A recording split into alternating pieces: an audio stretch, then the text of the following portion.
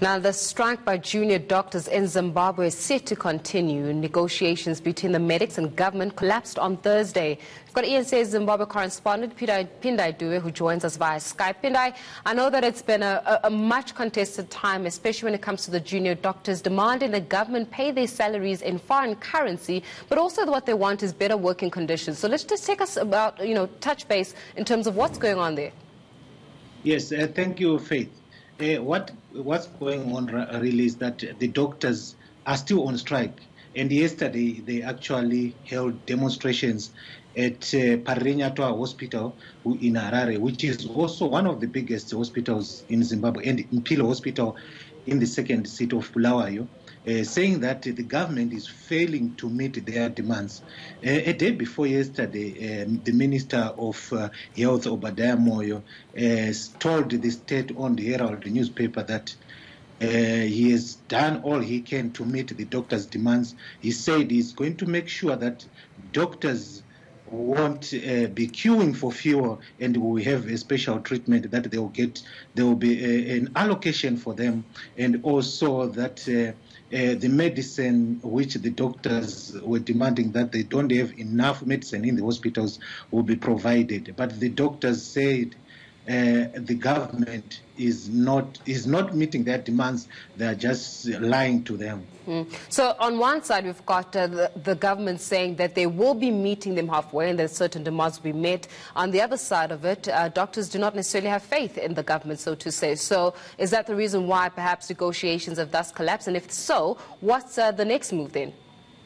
Yes, the doctors say they will continue on strike. And they said that the government is not willing. I spoke to one of the doctors who told me that this morning that the government is claiming to be broke in private. They tell them that they are broke, but when they go on public, the Minister of Health saying that he's trying by all means to meet their demands. And also the Minister of Health last week openly said that they can't meet their demands for US dollars. So then in that light of everything that's happening, I mean, this is happening at the back of a cholera outbreak. I mean, you can imagine that a lot of times people are at the mercy, really, of medical professions to ensure that they get the best care of this. So in that sense, does it not almost feel as though the doctors will be holding the state at ransom to some degree? Yes, there's been cholera outbreak in Harare in the past weeks, but the numbers of the outbreak in Harare is reduced. But there's fresh cholera outbreak in the northern district of Mount Darwin, and so it's also affecting the strike is also affecting the treatment and the prevention of cholera, because the doctors are expected to be dealing with this crisis. But of course, at the back of this, Pindai, we've got this issue of fuel. I mean, you spoke a little bit earlier on about how the minister was saying that they will actually get preference when it comes to fuel, and they will get enough fuel to ensure that they do get to their places of destination. But it's so funny when you're reading some of the articles that are coming out of Zimbabwe, it's the headlines is what fuel shortage. But reports would suggest that in Harare, for example, motorists are waiting for hours on end for fuel. So in light of that, is what the government saying the same thing to what people are experiencing on the ground? Yes, Faith. Actually, the fuel situation is still worse. It has changed a bit this week because more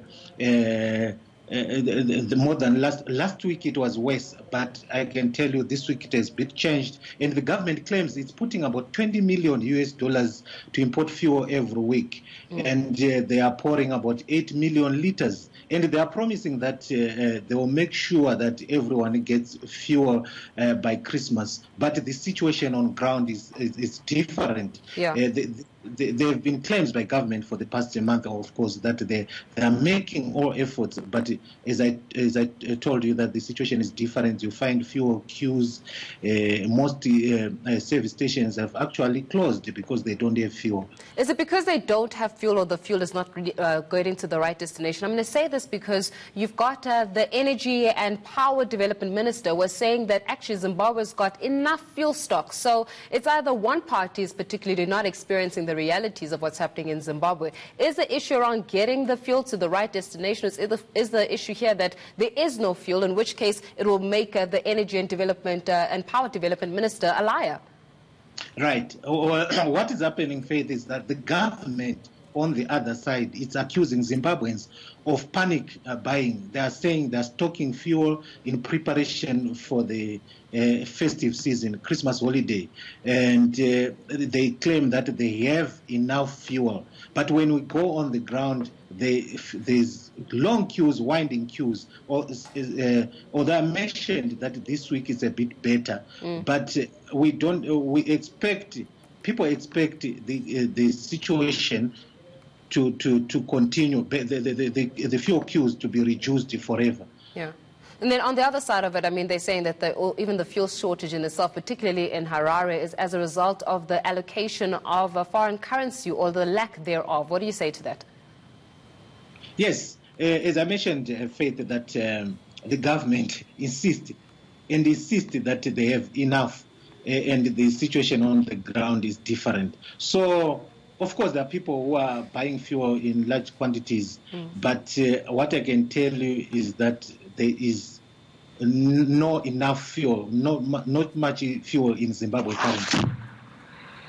Well, Pindai, we're definitely going to have to follow up on that story. We're going to leave it there. But, of course, that was Pindai Dube joining us from Zimbabwe, giving us the realities of what's happening on the ground. We've got this doctor's strike, which continues at the back of a fuel strike. And many would say that authorities are urging Zimbabweans not to panic at this point. So we'll be giving you more insights on that story.